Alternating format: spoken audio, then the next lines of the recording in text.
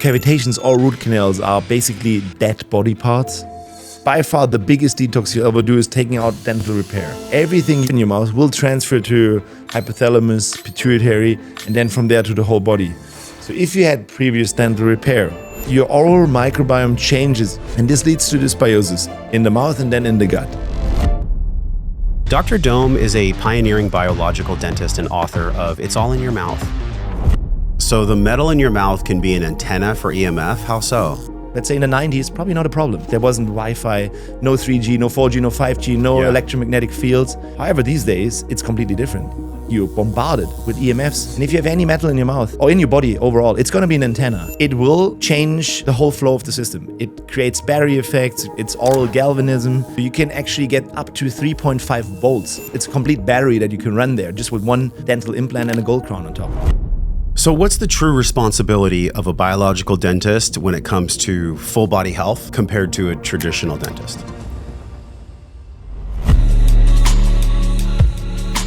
What is the gold standard for a biological dentist? A lot of times people go out and they're like, I want to get a dentist. It's like getting a real estate agent. It's like getting a copywriter. What is the confusion about biological dentistry? So biological dentistry, there is no trademark. There's no standard for that too. So if I tell you go see a biological dentist, you could end up having anything, like someone just playing a singing bowl, and that's then biological dentistry. Or oftentimes even if it's good biological dentistry, what happens oftentimes is just referring to, again, the repair business we're doing. If anyone says, go find a biological dentist, like you said, it's like find a real estate agent. Yeah. It's literally the wild, wild west. So I realize I have to create a true biodentistry global standard. And that's what we're doing right now, the BGS, for what we do. That is Biodentistry 3.0, which is the high-tech dentistry, which is a skill, a technique that all of us need to have using all the biomaterials. But melting this with overall health optimization, functional medicine, biohacking to really, create a new profession actually from the technician to the health expert. So what's the true responsibility of a biological dentist when it comes to full body health compared to a traditional dentist? So traditional dentistry is mainly fixing bites and smiles and mostly maybe got hijacked by cosmetics and aesthetics, which is fine. Everyone loves a nice white smile. It's completely fine. Yeah. But underneath all this, if you look at an X-ray, oftentimes you look like a Terminator. So biological dentistry, just the technical side of thing is we don't want to have any metal in your mouth, no root canals, and no silent inflammation. However, that's the technical side of things. So what we are trying to do is guide our guests that come see us on their path to optimal health, starting from the mouth. We obviously remove everything safely, and we are able to do that with the skill. But our focus is how to improve the overall health. And the mouth is like the entrance to the system. It's the hotel lobby to the complete gut system, which starts here and it ends at the back door. And it is just a guideline. We are building a blueprint and empowering our guests to really start that journey. And it's really literally a complete new profession we're creating. It's, category defining. It's interesting because people may think of it as alternative. Yes. But it's not alternative. It's actually the true path. When and where did dentistry get hijacked?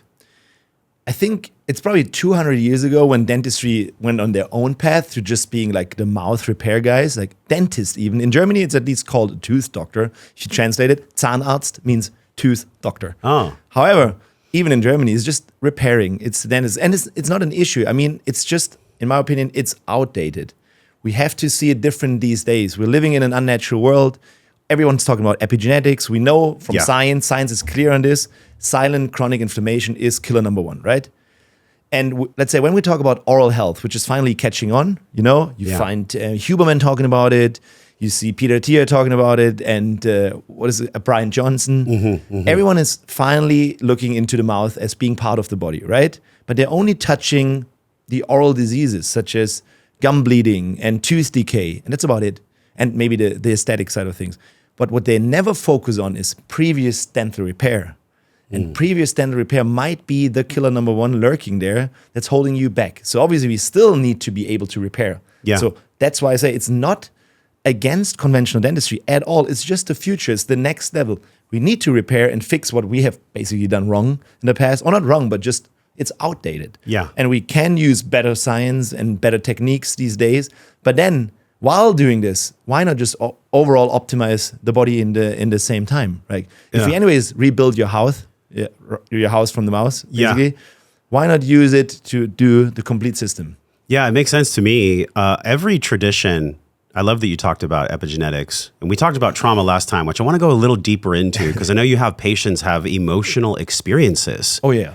And we didn't go as deep last time. So I think that's a really clear connection between the trauma that's released when the tooth is actually healed and worked on. But before we get to that, I want to know this history piece. Now, this is not a tinfoil show. I'm not trying to like spark controversy, but we all know that like in the early 1900s, the medical system was captured, right? It was essentially captured. Yeah.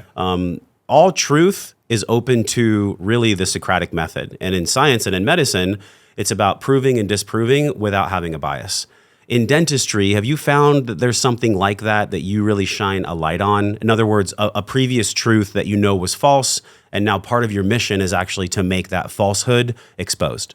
Yeah, of course. I feel like the traditional conventional dentistry is literally mainly a garage principle. We're just coming there to fixing. Yeah, and a dentist, as you know, is not even considered a doctor. Like in Hangover, shut up, you're just a dentist. You're not even a doctor. That's right. Right? You remember that? So our profession is a little bit doomed because also no one likes to go see the dentist because they're all, like all the guests we're seeing, the patients, we call them guests, they literally tell you about their past brutal experience at the dentist. It was all rough. It hurt. There's pain involved. So it's nothing that people like to do. But you have to see it this way. What we've designed is a Band-Aid. A healthy body is immune against tooth decay. So it obviously starts way earlier. And obviously, let's say the end game should be that we don't need a dentist for repair. However, at this point of time, it's not possible. We need to repair what we have repaired previously with outdated materials that in this world really become a problem. Like let's say metals in your mouth, let's say in the 90s, probably not a problem. Because there wasn't too much epigenetic changes. There wasn't Wi-Fi, no 3G, no 4G, no 5G, no electromagnetic fields. So a metal probably was okay and the immune system was able to modulate it and balance it. However, these days, it's completely different. Like you're bombarded with EMFs. And if you have any metal in your mouth or in your body overall, it's going to be an antenna. And this antenna can lead to, let's say, electrohypersensitivity and making you get more stressed. And you don't even know about it. This is crazy. Okay, we haven't talked about this. So the metal in your mouth can be an antenna for EMF. How so? It's just like every metal. Like, you know how an antenna works. It's metal, basically. It's attracting electromagnetic waves. I mean, usually if you have a cell phone call, it goes to the tower, the signal goes to the cell phone, then to the tower, back, right? But if you have metal here, it will go to the cell phone, to your metal in your mouth, back to the cell phone. And what it does in the metal in your mouth, it amplifies it. There are studies, science showing 400 to 700-fold amplification. And if you understand that your body is a battery, as we know, like body electrics, it will change the whole flow of the system. It creates battery effects, it's oral galvanism, but it's again, literally an antenna making you electro-hypersensitive. There's actually people that can, it's crazy and it's not often, but people can really like amplify radio stations if they just go there with their mouth and stuff. Like there's real anecdotal stuff. However, there's science. It's just simple. It's probably just physics and chemistry. What was the oral galvanizing of which you speak? Oral galvanism is a little bit different. Galvanism means like a battery, basically. So if you have different metals, you know how a battery works. You have an anode and a cathode, and then there's electrolyte in between, and then these travel, like the electrons travel. So from one metal to the other one. And in your mouth, you have an electrolyte too. It's called the saliva. And this saliva will obviously lets the ions from your, let's say, dental repair travel. For example, you have a gold crown right on top of a titanium implant. So there's a huge difference when it comes to the currents. So you can actually get up to 3.5 volts. It's a complete battery that you can run there just with one dental implant and a gold crown on top. But we don't think about this as technicians. Yeah. We just don't think about how can we as dentists be a contributing factor to the epidemic of the 21st century, which is chronic disease. We just don't think about it. That's not part of the dental curriculum. That's where we come in with what we're doing, what I just said, changing our profession from just a technician to the health expert. We still need to be the technician, but these days it's 2025, so we can use biomaterials. We don't need to use any metal in the mouth. It's just not necessary anymore. So good. Yeah, who wants to turn people into antennas? We don't even know what we don't know about charging the body with that kind of electricity at that space, the deleterious health aspects that could happen. What do you guess or what do you know that might happen when the tooth becomes an antenna? Yes, this one. But then also metals have more challenges. Like it could be a super toxic material that's in your mouth, just building more toxic burden on your liver and your pathways. Also, you can become allergic to any metal because all the metals we're using for repair, they're completely foreign to the body. They have nothing to do in there. Like from titanium to mercury to gold to palladium, silver, copper, there's nothing to do in your body. So for repair and biting on it, it works. However, so would you'd be a Terminator then, right? I do not want to be a Terminator, y'all. Me neither. And I am not Tim Ferriss, and I am not all about transhumanism where you put the electrodes in your skin. Like, that's not my game. No, me neither. I'm not into that. So then, okay, so let's say that somebody has the titanium or the gold or whatever it is. What kind of relief would able to be not just felt, but measured once it's removed? It's insane. Like, the difficulty is it's silent usually, and you probably don't even connect all your symptoms with that in your mouth because it's there. Yeah. But I can tell you, the biggest biohack is getting rid of previous dental repair because that stuff you're just not able to biohack, and it's with you, but you were not born with it, right? You don't come out of your mom with metal in your mouth or a root canal or removed wisdom teeth. It's just not happening. So we just basically have to bring you back to your original state. Would it possibly raise A1C, or would it cause like cytokine storm on a low-level basis that you could measure? Yeah, definitely. It's difficult to correlate it if you have blood work. Is that from that? So that's hard to do in studies. Okay. But however, if you have any elevated, let's say even elevated liver enzymes, it could be because of the toxins, chronic toxicity of metals in your mouth, or just the ions stressing you. And of course, you're probably gonna can measure innate cytokines such as TNF-alpha, interleukin-1s, and these things for sure. Okay. Yeah, but you have to also have someone correlating this for you. Yes. Somebody skilled, by the way, not just the average practitioner. No. Okay, so we know so much about the gut-brain axis and also how this weaves into genetics and epigenetic expression. One of my favorite friends, he described epigenetics perfectly. He's like, genetics load the gun, but environment and behavior pulls the trigger. Chris Kresser. And I'm like, oh, it's so good. Like a child a child can understand that. So yes, we understand the gut-brain axis, and there's many realms in science where they're like, all disease starts in the gut. But what if it's not the gut? What if it's the mouth? But what if the mouth is the entrance to the gut? If you look at an anatomical chart and you just see that this is the entrance and it starts here, and then there's the esophagus, and then there's the gut, and then there's the rectum. That's just one tube. And the end, that's why I always say it's like the mouth is like the hotel lobby to the complete hotel, which is then your whole gut system. So it's not possible to restore a gut when you didn't start at the beginning, like at the lobby. It's just literally important. You can imagine you have a gut microbiome. We all talk about this, right? Yeah. But what about the oral microbiome, which is the entrance? So we're swallowing about 140 billion bucks per day, let's say microbes. And 50% is probably what happens in the gut afterwards. So it's all connected. It's the mouth-body connection. Yeah. How powerful is, I think we touched on it a little bit, but it's deeper and better to go now. The tongue scraping. The tongue scraping is big. And you've talked about this a lot. There's a lot that's kind of waking and living on our mouth. That's why we have bad breath in the morning, yes? Can you talk about the tongue scraping and the bad breath? Like there's a direct correlation there. Yeah, of course. So tongue scraping is one of the oral healthcare strategies you should use because it's like a 10-second investment every single day. You just have to do it. Dude, it's pretty gross what comes off. It's like this tacky, cruddy film. Yes. Is that bad bacteria, good bacteria? What is that? It's probably both. Okay. I mean, bad and good, that's not really, you cannot really distinguish. It's just your microbiome. It might be a dysbiotic microbiome because of what you have in your mouth. However, it's also food debris, it's toxins, and it just starts here at the ground of the tongue, and you just have to scrape it off. And if you do that for a couple of months or weeks, even, it's fast. You won't wake up with too much fur anymore on your tongue. It's just literally changing, and then you have like a pinkish tongue and no white coating on top of it. You just need to do that. And yeah, of course, stuff that gets stuck there will affect your breath. What would be one of the clues or the considerations if somebody has a super white tongue, even after they tongue scrape, even after they do coconut oil pulling, but yet their tongue is still white? What is that? It could be multiple reasons. It could be the wrong diet for sure, coming from the gut. But also, again, we can touch the dental repair side of things. So if you had anything done by a dentist, this can change the complete microbiome and just be the part. So your oral microbiome is actually the second largest to the gut and most diversified because it's the direct contact to the outside. You know, your little kids, they just play with dirt. They put everything in there, and that's how you get built. You My daughter eat more eats, dirt, right? My daughter will literally pick up dirt and just eat it. Of course, my daughter too. She literally eats everything. Like she would even eat poo. Just test it. They wish she would. No. She's below 2. Like she does everything. Like there's a little tiny animal, she will eat it. Oh my God. Of course they do. That's actually also good. It builds the immune system. Sure. Yeah, but imagine this. Like we could, like for example, Chris, our common friend Chris Gethin, he has a sweet tooth. And we know that it's connected to a microbiome. And obviously he was always able to control with his self-discipline. I'm not going to have this. It's not going to be good for my body composition.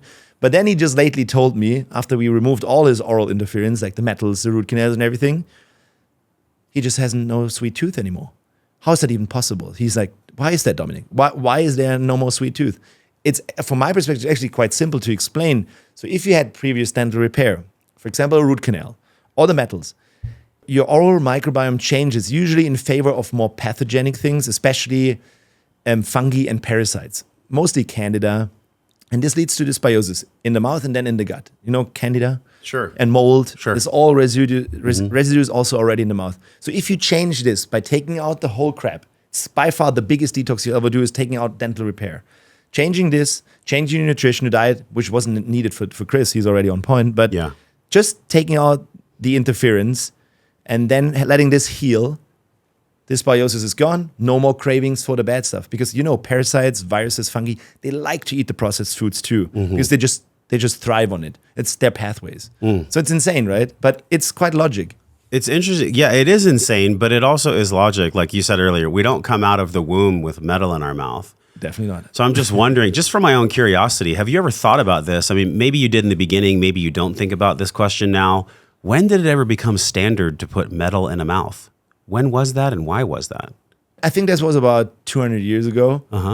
They only had gold back then. So they used little gold hammer fillings. They took a while to put them in. And then there was a group in Europe that, I think French guys, that started this amalgam, you know, the black silver fillings, which is, it's actually a very easy material to work with. So instead of doing tiny hammerings with gold in your cavities, they just put it in there and it's like 10x faster. So this won over the gold and became the golden standard. As you know, it is still paid by insurances for the black fillings, which are 50% mercury. But for example, in Germany, since January 2025, we have an environmental mercury ban. So finally, the metal fillings are, the silver black metal fillings are not allowed anymore. So it's called amalgam. Were you just so stoked when that passed, that law? Finally, I was waiting for that for like a decade because Sweden and all the Scandinavian countries had that already early 2000s. Russia had it 30 years ago. They realized that mercury is not healthy for the body. I love that they did this. The way they obviously communicated with the public is a little bit off because they're telling you now it's going to be more expensive at the dentist. They don't tell you that they did something wrong, that it's really was a toxic idea. Yes. Because having mercury in your mouth is chronically intoxicating you. And obviously, if they would say that this is a problem, it's going to be too expensive to repair all this by the state. So I understand, but it's good that it's gone now. It's so good. And not in America yet. Yeah, I was going to, this is the next question is like, okay, so in Europe and your practices in Germany, the ways in which you perform the biological dentistry, what is different about Germany and Europe compared to the bylaws and the practices of biological dentists here in America? That's the same question at the beginning. Biological dentistry, still there is no standard. There is no trademark. Everyone can call himself, even a dentist, a biological dentist, an implantologist. It's literally the same, Europe and America. It's like a wild, wild west. There's people that use it for marketing because it became a little bit of a trend name, biological dentistry or holistic dentistry. That's why I need to work. We are working on a true biological global standard, which is more than just a repair.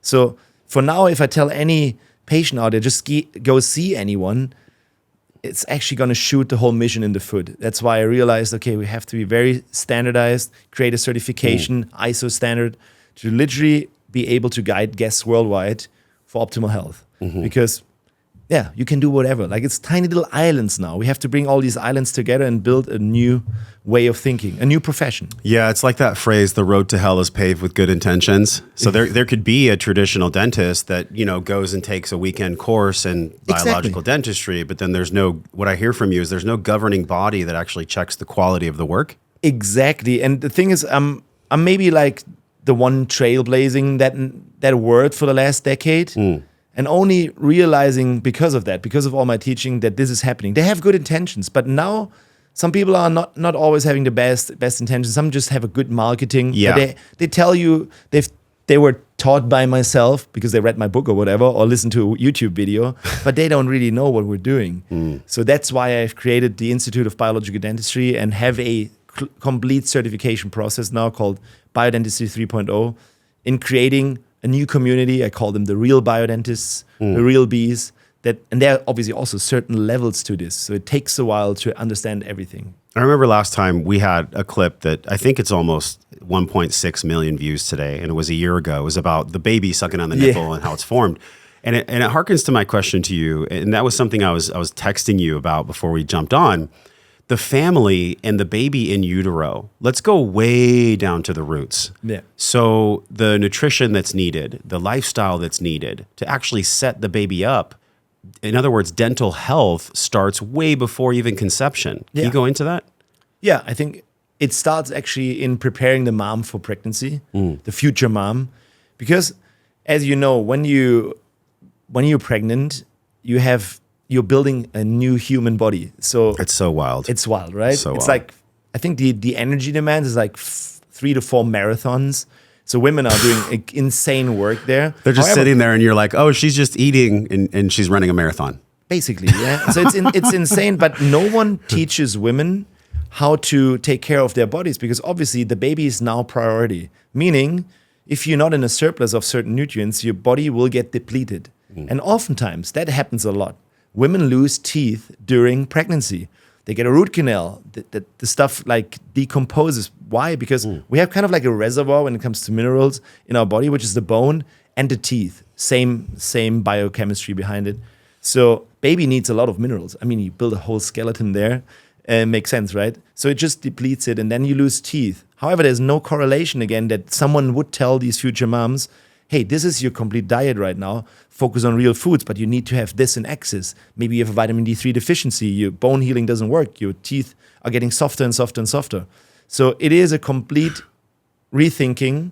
But the way we are designed from nature is eating real food, living ancestral. I mean, there's lots of people in our bubble that talk about the right nutrition. I'm completely agreeing. Could be Paul, it could be the Liver King. Nutrient-dense food is what builds the mom and the future baby. And then obviously, if you're in a surplus during pregnancy, you survive that quite healthy without being depleted, and you have a beautiful baby coming out then. Like we talked about it last time, when the baby comes out of the womb, that's when everything goes ahead when it comes to the whole jaw building and the immune system. It's all going to be transferred through the mom. But obviously, it starts before. Yeah, so before even conceiving. Give us more clarity, man. The mineral deficiency during pregnancy is what makes some mothers lose their teeth? Yeah, or it's not just the minerals, it's just nutrient deficiencies. There's a strong correlation also with vitamin D3 deficiency. That's just sunlight. So if you have a lack of sunlight, you can't really handle all the calcium. It doesn't really go into the bones and teeth. So we need vitamin D3 from sunlight to basically pull calcium in the bloodstream from the kidneys and the large intestine, and then bringing the calcium from the bloodstream to bones and teeth. We need vitamin K2, magnesium, zinc, boron, lots of different things. And they're usually in depletion because, as you know, soil is a little bit worse than 100 years ago. And if you eat mostly processed foods, as 80% of the people do out there, not all of them are in our bubble and eating ancestral already. Right. They just have a lack of nutrients, and therefore the baby just is prioritized. Have you seen this in your clinic where a pregnant mother actually has lost her teeth? Oh, it's oftentimes what I see in my clinic is that's not a normal dental clinic where you just walk in and you have a repair business. Yeah. My people, it's more like a menu style restaurant, like in the Waldorf Astoria approach. So we plan cases, the complete mouth. And they usually had previous dental repair that we have to modernize. So, but oftentimes they tell you this because I ask, when did you have these root canals? When did this all start? And oftentimes they will tell you, it's my first pregnancy, it's my second pregnancy, it's my third one. So I lost one tooth one tooth per child. Wow.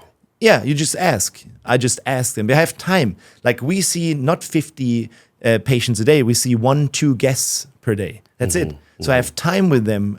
I really spend time. So imagine normal conventional dentistry, even conventional biological dentistry, is 20, 30, 40 people a day repairing things. If done conventionally or biologically is not really a difference. It's more like a fast food restaurant, just the numbers game. Versus what we do is more like a menu restaurant where you have like one table and then you have 4 waiters for you and your wife. That's what we do, like optimizing it all. And therefore we have time. We don't have just 15 minutes. We have a whole day, even a whole week. People come in usually for a complete week. So we will know a lot and then be able to really give them the blueprint for their health journey. And so empowering them to become the architect of their own health. How do you think it might look to drop the price but keep the quality of care the same for that type of care? What we do? Yes. I mean, it's more like an investment. Sure. Yeah. I'm not sure if you right now could drop the price. Just because of how much work is involved. Yeah, but if you see it like literally as an investment, and you imagine you have seen the dentist in the last 30 years for a couple of times, you have a lot of crowns and previous dental repair. So you have spent a lot of money on that, to be fair. So now see it as your house. You would always invest something. You get, sometimes after 20 years, you get a new toilet, you get a new kitchen, you invest in things. Or you invest in like a haircut every month at least, and in hair products. But why would you think that the stuff you have in your mouth has like no expiration date? So what we do is basically we design the complete modernization like an architect. We modernize this completely with the goal of not seeing you ever again as a dental patient. It's probably going to be cheaper. That's a total mental flip. Completely. So even if it's like a recurring business, even if it is a significant investment up front, you're avoiding potentially double or triple the investment that's needed once the mouth is broken. Even this one, but also just keep continuing repairing, because conventional dentistry is built for a recurring business. You come back with a new tooth decay, with a new cavity, you will need a new crown. You will maybe need a new root canal. And then if the tooth is like completely dead, you need a titanium implant or hopefully a ceramic one. Yeah. But this, and also what you never think of is the time investment. You go see a dentist again, and you have pain, and if this and this and this all adds up. So I feel like if you can do this in 1 week, including all health optimization strategies such as hyperbaric, IVs, everything we do have in our, let's say, health optimization center, starting from the mouth, it is just charming and literally built to never see you again for repair. Of course, you can come back in for some hygiene, which is still important, or then combine it with other things. Could be regenerative aesthetics, could be overall health optimization. I mean, that's a good investment, right? Yes. Keeping your cells young and keeping your aging instead of 2.8 times, which is, I think, the average, 2.8, and then just be as old as possible with as young as possible cell. That would be the idea. I just had a blood panel from a company called Gevity, which I love, and they're really on the cutting edge of all the biomarkers, way more than the average blood test. Nice. And they also had your biological age versus your chronological age, which I love. So I'm 44, but my cellular age is 37. Perfect. So it was a big win. Now that's even with what I'm about to tell you. Last time we podcasted, you opened our eyes and mind to cavitations. Yes. I went to a center here in Texas. It's on the screen right now, y'all, if you're watching on Spotify or YouTube. And there was cavitations. I had my wisdom teeth removed. Yes. So there's a little red arrow on the screen pointing to the cavitation area. Obviously, this is not medical advice. Nothing here is telling you what to do. But it was very profound for me because I was like, I didn't even know that I didn't know they were there until I had it done. And I sent it to you and you're like, yep, you got them. And now I'm like, okay, who do I go see? How do I heal it? Like, if somebody doesn't even know about this concept, I know we touched on it last time, but for somebody brand new, like, why are wisdom teeth removed in the first place? And how does that create cavitations, which then create bacteria, which then create allostatic load? Yes. Walk us through that. Yeah. So again, that comes back to our epigenetic issue that we're not living the way we should, not with nature, eating processed foods. We're just growing too narrow. Yeah, even Western Price could show that over 100 years ago. Yeah. We're just degenerating. Yeah, it's not just a tooth decay, it's bleeding gums, but it's also narrowing your faces. And this is maybe a good idea is to see your body as the house you're living in. Yeah, we just have a lack of building blocks while we're growing, and then we're just too narrow. Obviously, it has to do with mouth breathing too, because everything is inflamed. You cannot get air through your nose anymore. That also keeps your palate a little bit more tight instead of breathing, which forms it, and then no breastfeeding. Like, it's a complete system, and it starts again before even conceiving by training. However, when you're 14, 15 years old, when we usually go see the dentist and they tell you, oh, sorry, there's no space for your wisdom teeth, then they might be correct in telling you we have to remove them because it's going to be crowding later. It's easier to remove them now. I mean, they don't do anything wrong here. That's the curriculum. That's what we learn in university. However, the problem is way earlier. So we could, like, imagine, like, in nature, we are designed to have 32 teeth, like a full set of all 8 per side, like full 4 wisdom teeth that have space, wide jaws, wide palate, and this doesn't happen anymore in the Western world. In other countries, it's completely normal. It still grows perfectly because they're eating the right diet, they're in sunlight, they're more ancestrally living. So it's literally a modernized world problem, first world problem, I think, mainly. And it really stems from, like, I was born on welfare, man. So that means like government cheese, Kick cereal, no vegetables. I mean, I love my parents. They did the best they could. There's no shame or blame on them. No, of course not. But yeah, I was not eating healthy for the first probably 15, 20 years of my life. And I can, you just pointed to yourself. I wasn't born on welfare. However, I would do the same. I didn't know about nutrition at all. So I would just eat the normal conventional food. Did you have to get your wisdom teeth removed? Yes. You did? Okay. I had huge cavitations. What was that journey for you? I had orthodontics twice. It didn't work. Really? Yeah, I had it all. Tell us about, I think that's pretty cool because I didn't know this about you. I just assumed that you had all your teeth perfectly intact. No. And did that fuel your journey to become who you are? It didn't fuel the journey to become, probably it fueled the design of what we're teaching extremely, because at one point, I'm basically the doctor I would have needed 20 years ago when I had my health issues now. Yeah, so it was a part of this journey. So let's say 10 years back in my career, I'm like early 30s. I was extremely nervous and I had a lot of skin issues, like not acne when I was a kid. Yeah, but with 30, I had always like rashes, eczema, and I was quite nervous and I didn't know where it's coming from. My nutrition was on point. So you know how it is. If you have a bad skin, everyone will point at you and tell you that's your diet. It's dairy, it's something else. Exactly. But I was on point there and it couldn't have done anything with it. So actually it was by coincidence that there was another naturopathic doctor in our clinic at that day, and he said, man, you're super stressed, you're grinding, you can see there's something off. Let's do a 3-dimensional x-ray for you, a cone beam. I didn't even think about it, even though I was a surgeon already, doing cavitations. So we did the 3-dimensional x-ray, and there it was, huge cavitations. So obviously I wanted to have that removed. Yeah. I didn't know what was to expect it because I was kind of like guinea pig 1. So, but I was there. I was just like, okay, let's just do that. I did everything wrong that you could do wrong. However, I was already quite fit. Nutrition was on point, but I had a 12-hour day, and at the end, my friend just did the surgery. Like in the evening, no preparation. And next day I had to do surgeries for other people. So the healing concept wasn't there. However, on the chair, while he takes care of these cavitation on one side, I felt an immediate relief in like a chronic back pain that I had. It's like on this level, but to the back, that I always was like, is this even possible that I'm just right now feeling that this is gone? And I had to laugh during that surgery. I will still always remember this because it's like a pivotal moment for me. And on the next day I woke up, I had pain, swelling because I didn't take care of me. However, my shaky hands and nervousness was just gone. I'm like, what the hell? Why is that? Luckily, I had a panel of blood before, and I knew always my cortisol is super high. So I was just, I have good adrenal glands, so I can compensate with tons of stress hormones. It's not too ideal. That's also where my eczema came from. So because then these two issues were gone. Like one side, we only removed one side of my cavitations, and no more shakiness in the morning, no more nervousness, and the back pain was gone. However, my skin was still bad. So I was hoping for the next surgery. When was my next slot to get the left side gone? And then finally, left side, 2 weeks after the surgery, beautiful skin, no more eczema, all's gone. So obviously, I had to implement this into our center, into our teachings, and you can never undo what you felt yourself. Yeah. It's not possible. So even my surgeon, a good friend of mine who did my surgery, he was like, I need that too. So I did his surgery.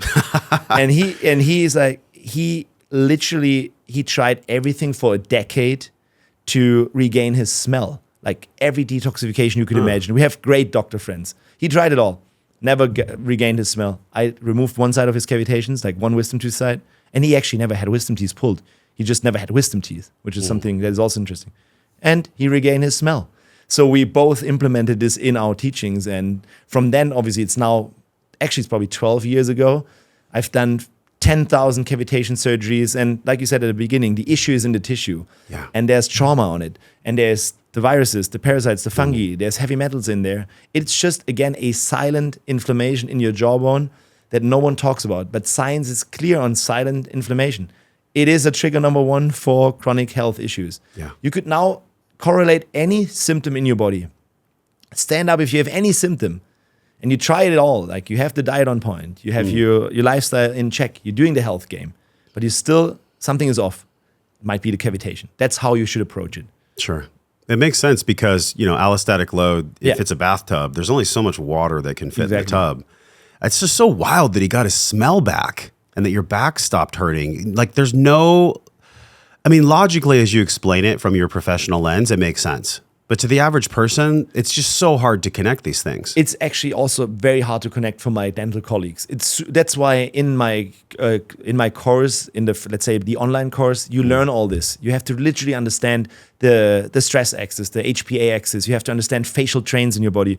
You have to understand the complete system because the mouth is an extension of your brain. It's like your eyes.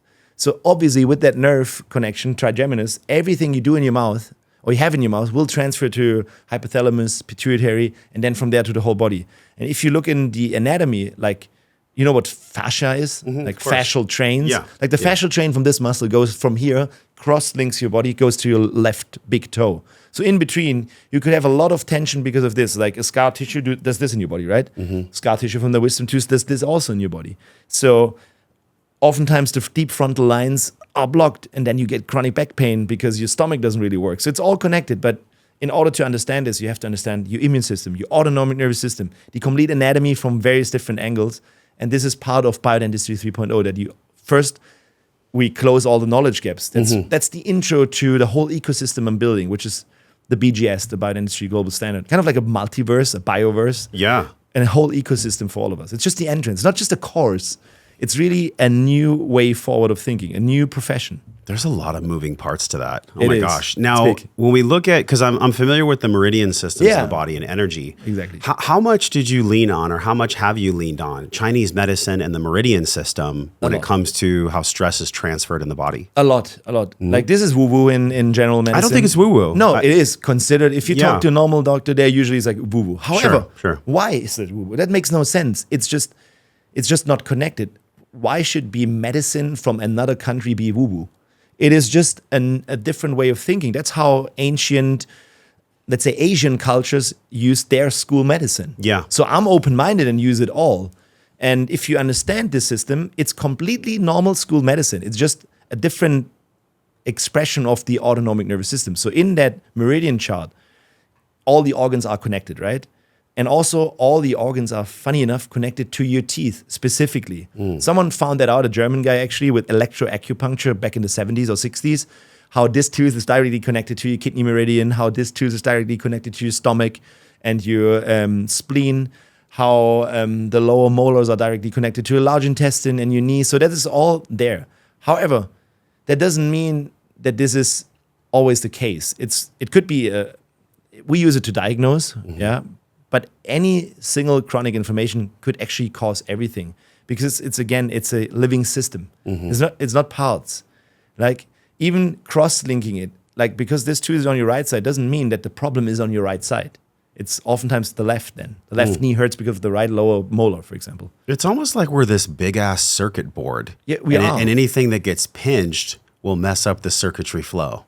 It's perfect, yeah. It's like it is actually the fuse box. It could be completely off because of just one thing. Like it doesn't connect anywhere. It's like a huge system of, circuits. It's perfect. Perfect explanation. Okay, let's go into the trauma piece because I know you said you just shared your own and you have many patients. Also, Sean Wells, a good brother of mine, he's getting a lot of work done with you currently. The trauma connection to the cavitations and the trauma connection to a pinched meridian or an altered meridian, whether it's bacteria-driven or structural, Can you unpack that, the connection between trauma and the tooth being not healthy, the meridian being pinched? I mean, trauma could be both directions. Could be spiritual, emotional trauma leading to these events. Yeah. But also, what I oftentimes see is cavitations or root canals are basically dead body parts. Like a cavitation is in itself dead bone. It's called fatty degenerative osteonecrotic jawbone. That's a cavitation is just a layman's term, right? For FDOJ. Fatty degenerative means dead osteonecrotic jawbone. So we have a dead body part here, and then a root canal is essentially another dead body part. So why did it die in the first place? Could be anything trauma related or just trauma from like a physical thing. However, see your teeth a little bit like an extension of your brain, more like an external hard drive storing trauma. And you know that I think we're the only mammals that store trauma in our tissue. Usually, as you know, if there's like a zebra gonna be hunted in the wild from a lion, and then it survives, even though like the half arm is bitten off, it will shake it off. It shakes. Yes. What we don't do is we don't shake it off. We store it in the tissue. The issue is in the tissue. I actually have this one from Jim Quick, friend of mine. The issue is in the tissue. And it stores all these things. So if I am in the chair working with a guest on their journey, I never do general anesthesia because of all this, because I want to walk you through this trauma healing process. Because if I now start taking out your teeth, the dead ones, you're going to experience things in your body which are not often explainable, but sometimes you have to cry. Like, for example, my mom, I took out all her cavitations, and she would look at me and it's like, I have to cry. Why? It's like, Mom, let it go. It's your parasympathetic nervous system kicking in. Just cry. Let it out. And some people laugh like crazy. Like there's the 14-year-old crazy woman again that you had buried for the last 30 years underneath all that stress. So it's literally a healing scenario. That's why I'm also teaching my real biodentists to not use general anesthesia, which is general practice in America for surgeries like we do, is putting you down. But then you miss this. You miss this part. I'm asking my team is asking our guests before, please say goodbye to your dead teeth. Say goodbye to all this because we're going to take it out. It's easier for your body to let go if you said goodbye to it. This is such a spiritual journey. Kind of. I love how we're connecting at this time. I mean, it's deeply, deeply spiritual. I mean, everything we do is spiritual, man. People try, like, science and spirituality is at this illusionary war. It's a fucking illusion. They're one and the same, except for science tends to be more ego-driven than spiritual. Well, spirituality can be ego-driven too. We've seen that. But at its whole, at its most conscious form, medicine is about doing no harm. Spirituality is about raising consciousness and raising awareness in their greatest form. Yet, in modernity, they're pitted against each other. And it's just a complete lie. Completely, but so it's one thing. So I had good mentors, and I'm very, very happy to have. It's like one of them is Dietrich Klinghardt, and he has this level of healing system where the physical body is just the foundation, but then we have the electric component where the acupuncture works, then the mental, the spiritual side. So it goes up like this. So obviously, that's the physical representation of what's up there. So it's best to have your house clean. And if you go back to, let's say, Bruce Lipton, you know Bruce Lipton? Of course. Biology of Belief. Yes. I mean, he's a scientist, and he couldn't explain everything with science, all the more spiritual things. And what he realized also is, I don't know exact year, but let's say the church, at one point, it was only about spirituality, right? Science wasn't allowed. People like Galileo were like slaughtered because they believe in the world is not a flat thing, but a round thing. They were just killed, right? In the name of God and the Spirit. But at one point, I mean, even Copernicus, who was a priest, he was a mathematician, but he knew that if he say what he like found out, he's going to be killed. So he only presented it on his deathbed. And it took another 150 years until they flipped the switch. And then from there on, it was only science that was allowed. And spirituality was the opposite. Now you got burned for spirituality. And science was the only thing. So we flipped it. And now we're still living in the realm of science being the true essence of everything. And I feel this time right now, we're coming back to balance and we're realizing it's actually both. Yeah. It's actually just one thing. And Bruce Lipton said it I like that metaphor that like a TV, we are like a TV screen, right? A TV screen, if it's broken, you still can buy a new one and you broadcast. You get the broadcast again, right? So our essence, our soul, our being is basically a broadcast. And this one is where we attract it. So our cells have these protein receptors, and they're quite individual, but they only connect to what's coming in. That would be the spirit, like the energy, the global consciousness. It's all quantum physics. I mean, Einstein even knew it. I think now we're at that phase where we finally connect it all. So because science and spirituality is actually all the same. Yeah. Or emotional trauma represents the same way in your body when it comes to molecules as physical trauma. Like the stressor could be the diet. But the stressor could also be just a emotional trauma from your childhood when you were like 4 years old, you don't even know about, sitting in your limbic system, triggering the same HPA axis. It's all the same. Your body doesn't know between a reality and perception. It's all one thing, right? You know, you can just imagine things like. So good. Yeah, there's a term in psychology called arrested development. And it happens when there's like multiple lowercase t traumas or even one significant capital T trauma, you know, like physical abuse or sexual abuse. And there's an imprint per se that happens in the nervous system. And then that sets up the human being to literally be that imprint if they're not conscious about it. So how much spiritual work have you done on your own imprints in order to show up to the chair, to show up to the guests and not projecting your fear, not projecting your stuff onto them? A ton. How so? Like a lot. Before I even opened my own, I had my own health issues. Now I can say luckily when I was very young, like with 20 years old, I completely crashed on every level. So I was just looking on, I realized there's something missing. Didn't know back then. Back then, obviously, I just was afraid. I was in fear. I was like, I can't be normal again. What is happening here? So it took me years and years and years to figure this all out. But because I had good mentors, I touched that level of, it's called unresolved psycho-emotional trauma, and how to find this and how to basically change that software program or get that bug out. And, but are you really fighting it? Is it really a fight? No. What do you mean a fight? Like you said, how to fight it. I didn't know if it was just a word. Find. Oh, find. No, don't I'm glad I clarified, y'all. No, just find it. Yeah, because if you fight trauma, it's just going to fight you back. No. I was just finding it, but realizing, I remember it when I was at that course, and it was about autonomic response testing is basically kinesiology. So that's something Klinghardt teaches. Yeah. So kinesiology also, again, physical, mental, all the spiritual things. And at the beginning, I was sitting there like 25 years old, a very young dude, like very masculine energy and fun. Yeah. And then we were talking about, and this woman that was teaching, she was like an older lady, like more like a healer type of person. And she was like, yeah, we were also going to touch psycho-emotional trauma. And I'm like, not good. I don't have that. And she was just laughing. She was just laughing at me. You have the most of them. And I'm like, what? What the hell? Yeah. And then on this weekend, when you like test your body with muscle and you have like a couple of symptoms and you find the unresolved trauma behind it that you had as a little kid, you lie there like you have an outer world experience. You're crying like a little baby. You don't know what's happening, but you come back a new person because you have a new software imprint. Yeah. Just deleted that virus or that bug.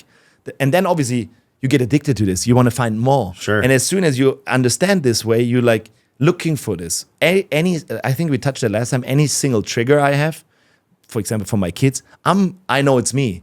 So I'm going to find this trigger soon and I'll delete it because that's possible. Yeah. You can delete it all and then become more like a true essence of yourself. So let's say in my career, obviously had to be one of the best in dentistry to be accepted and well known. So that they listen to me and what I'm bringing to the table, which is the whole body healing. I had to be one of the best in ceramic implants. It's kind of like being the best in a sport. World champion 5 times, then they listen to you, right? So I did that. And that was more like a goal achievement thing. I'm very, I think, driven. You asked that the last time. Very driven, goal achievement, but it's do, right? And it kills you at one point. So in order to make this from my personal mission, optimal health start in the mouth and being the best in something, to a global transformation and movement, I had to transform myself too and become me instead of being a little soldier for my dad, basically. Yeah. And I had just unresolved trauma and I'm not saying anything bad against my parents. Sure. They did their best with their level of awareness. And I didn't know how I personally resonated with this because, from 1 to 6, you just imprint everything they tell you, like in your software. The brain is like a rose; it's just soaking in everything. Thinking about it, right? And then you realize that at one point, hey, I just did this, and I'm like intrinsically like driven, but in a negative way to just get praise, basically. Finally, my son. So my dad did that at one point. He was like, I got the pat on the back. It's like, dude. here's the key to my castle. It's kind of like, but I had to be the best in the world, had written a book and everything. It took a while. Yeah. But still, it was about me. So I had to change that. And obviously, because of my teachings, I always work with every level of healing. So for me, obviously, if the physical side is quite healthy, I know that the triggers are from somewhere else. So I go there and look at this. And usually it's my kids or my new mission. And then I transform. And I transform again to be. Yeah. And this is probably what I have to bring to the table is I'm not thinking about have to be, I'm more be to have. So I'm always thinking about adding value and creating something. And finally, I'm at that spot where I just know it's flows through me. And that's the fun part now. So it's not taking too much energy anymore. It's more like it's giving energy. Everything I'm doing is fun. Yeah. And I love that. That's what Alan Watts, I've mentioned him probably a million times on this Alan podcast. Watts, You a fan of Alan Watts? I'm a big fan of Alan Watts. Okay. He said, the whole goal of life is to make work play. Yes. To actually play with your work. And I think it's such a different lens that we're looking through the lens here on this podcast, and everybody that listens to this and shares this, like that's the lens that we want. Yet we're coming up against, like you said, this recalibration of science and spirituality. Yeah. Perfect. But it starts inside of you and I. It's not going to be something that happens because Trump brings it down. No. Right? Or some like financial governmental policy all of a sudden gets conscious. It's not. It always starts with us. And I love that you shared your journey. And I was just curious too. I'm like, when you actually were 25, full of piss and vinegar, and you were sitting there and you had this like oracle woman helping you, what did she actually do that allowed you to really release? What was that modality? This is a teaching that it's called psychokinesiology. So it's connecting the autonomic response testing. You know about kinesiology? Sure. Yeah. So kinesiology, like muscle testing. Yeah, it's muscle testing, but combining it with psychology to find that trigger in your nervous system, in your limbic system, super fast. So basically, you would use your arm and then ask psychology questions like, let's say you test your body and you find a symptom. Let's say your shoulder has a problem. You basically can then be just the shoulder and test your shoulder against various things. And then you ask stressor questions. Actually, for psycho-emotional trauma, you ask, when did this start? Like before you're being conceived, during pregnancy, in the years from 1 to 3 to 3 to 5. And then your arm gets hard and you go deeper and deeper, deeper. And it's kind of like a movie in your head and you finally find that spot. Oh, you're 4 years old, this and this happens. That's the situation. And then there's specific techniques on how to remove this situation and change it for a better one. It's just literally like changing a virus or a software bug to a new street. You use tapping. You can use various different things. Yeah. So we obviously found a lot of symptoms on my body which were not connected to physical side of things such as diet, but to unresolved trauma. We deleted it, and then you come out a new man or a new person, and you realize that it's just a different change. And it's a technique that I'm oftentimes using. And the thing is, nowadays, like 15 years later, in our whole menu, it's all included kind of like, because a big part is taking out, or the biggest detox is taking out these traumas in your mouth, the metals, root canals. And then oftentimes, because I've been there, I see and feel what my guest right now goes through. So it's sometimes like a movie in my head. I just ask specific questions, and it's kind of like I know what they're going through right now. I don't know if I can tell that exactly, but that's why I love to be in present with them, to guide them. So if they cry for no reason, I maybe can just ask them what is coming up. And if something comes up, you're at this moment in time, which was maybe 30 years ago, but it's right now, there is no time really. And then now in this moment, you can change it. You can just tell them, so they have to be conscious. You tell them this is gone. And from now on, be grateful for that. And we change it to a new pattern. And you don't need to be this person anymore, because a lot of the people with chronic health issues, they are already this disease. They're telling themselves, they wake up in the morning and they run this software program. Yeah. So if you can change this, you're becoming more yourself again. And that's why I always refer to, I just want to be a little kid. I just go out and play. That's it. I just go out and play. Yeah, the issues are in the tissues, but so is the joy. And I think what blocks the joy are the issues, aka the trauma. Yeah. And it could be like metaphysical, it could be psychosomatic, it could be a structural thing. But really what I'm getting at here, and I'm so curious what you're going to say here. This is a good moment. If the issues are in the tissues, but so is the joy, so is the childlike essence, then there's many ways to disarm it. There's many 100%. Ways to get there. Recently, my love and I did a IFS ceremony with MDMA. which is internal family systems, Dr. Richard Schwartz and Part's work. That's a part of it too. Family systems is super important. Family systems. So do people, when they come in, have any idea about the comprehensiveness of the metaphysical, the spiritual, the healing, the structural, the removing of the cavitations? Are they initially like surprised at the process you take them through? Yeah. Because of the spiritual part or because of the no anesthesia? What is it? General anesthesia. Obviously, we do General local, anesthesia. Yeah, local. You do the injection so they don't of feel course, it. But what about it is so shocking to them? Because that shocking is the realization of their own joy. That's the shocking part. Is so obviously they don't know about this up front. What's going to happen? They probably get scared if you told them up front. We're going to do some spiritual healing on your teeth. No, I won't do that because they would run. In this moment, like usually, if people ask me why you're not doing general anesthesia, I tell them I'm your general anesthesia because I'm very quiet. Like I'm being there with you and guiding you through everything we do. And even my whole team is designed that way. So we're all saying the same things and we're kind of like a family. So before they even see me, they're in the clinic for 2 days and they learn about different things, but not necessarily about spiritual side of things. Yeah. But they are prepared for when they see me in the chair, they're prepared for feeling their body. And then I come in and tell them, today I'm taking good care of not your symptoms, but of root sources.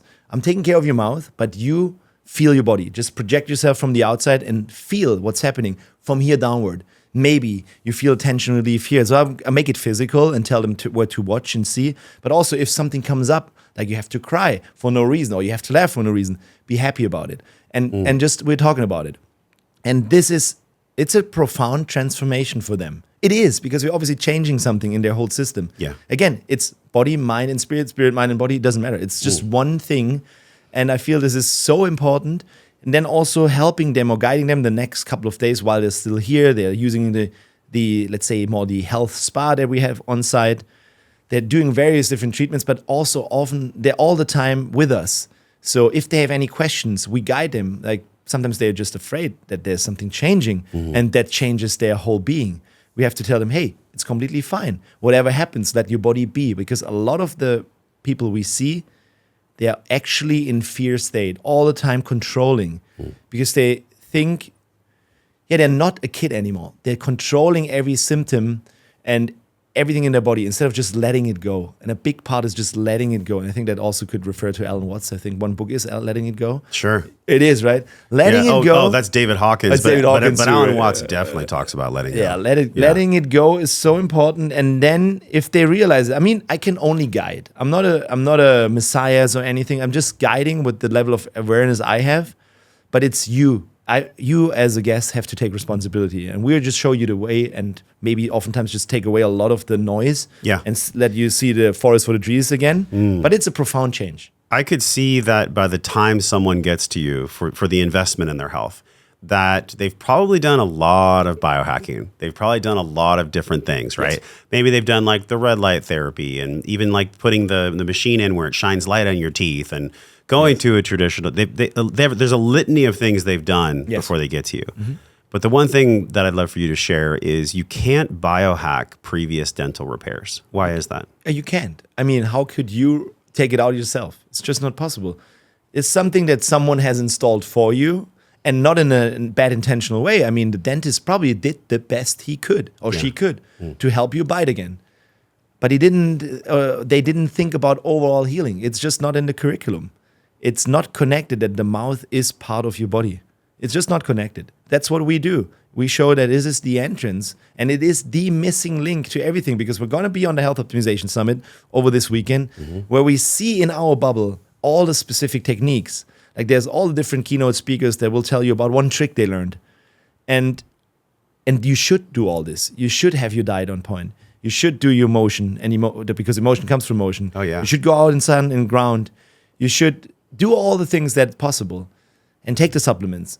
However, if you still feel that there's something off, then it's time to look into your mouth and find someone who is trained and certified to do all this in a correct way to help you for the next level. That's just it. So it's been about a year since we sat together. Yeah.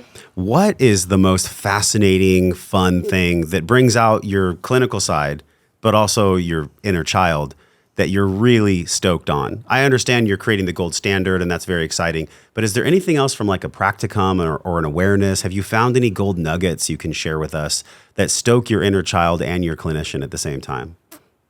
That stoke my inner child at the same time. I mean, I'm stoked by whatever we do right now because we're in my world right now, it's this hyper speed phase, hyper focus, and everything comes to manifestation that we're building for such a long time. Yes. So what I'm richly stoked on is I found a goal sheet of myself from 2010. I wrote down everything in I'm a very visual guy, so I'm always drawing vision boards. In 2010, I'm like an assistant doctor, right? At my first boss. And I wrote down a piece on paper, it says 2010 on top, and it says, I'm going to have a center for some healing. It contains IV nutrients and everything. 2010 is like 15 years ago. And the mouth. And 2015, it's there already. And now it's 2025. And now it's only the blueprint that I can share with the whole world. So that's now what stokes me is that I didn't realize that I'm living this all. And it took me so much personal transformation to get to that point where I'm also able to see that it's like literally...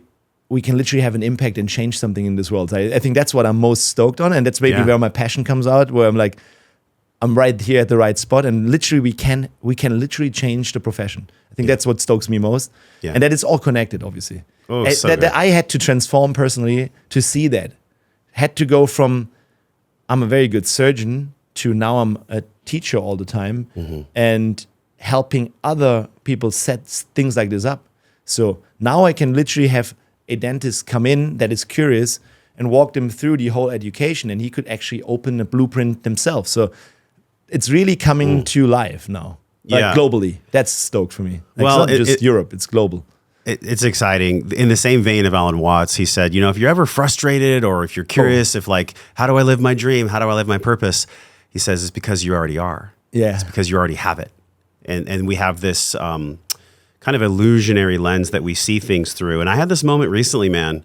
I walked out on the property and I was like, if you would have told me when I was 10 years old that I would be a professional podcaster with millions and millions of people that have heard my voice and yours, that I build my podcast studio on my land, that I have 2 beautiful children, that I have a beautiful soon-to-be wife, and we have this amazing property and I'm doing what I love, what the hell do I have to stress out about?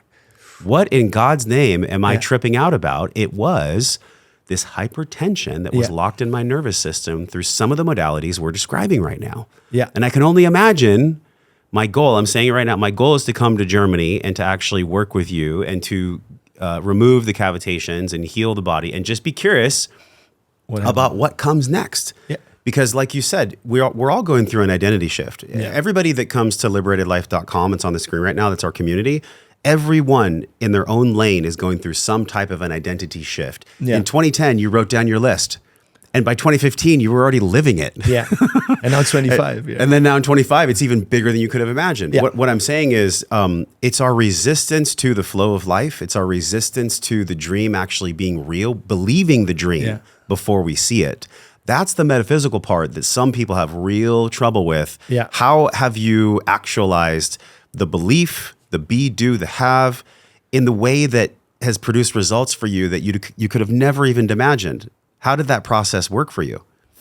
I think a lot had to do with getting rid of a lot of my identities from the past, like trauma that I had installed in me. Like I am just my father's son or realizing this, that the tension you just described me, I had that tension too. I just didn't know that I was kind of like, I was extremely good with achieving things. Like that's what I'm very good at, right? But that was my identity. For example, I had no identity to be a father, a good father. I didn't know. And also that's also something that happens a lot these days. Like only a month or so ago, I was in Paris. I mean, if that's interesting for you, I was in Paris with my wife and 2 of my kids, the younger ones. And then there's my son saying, I want to just play with that little boat on the sea. And I'm like, why? No, I don't want to do that. It's not worth it. And then my friend who is with me, he's like, dude, this is your little son. He wants to do that just for him. And I'm like, okay.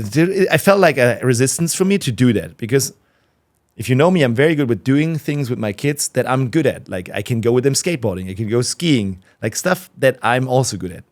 But what I didn't know back then was I couldn't do anything just for them.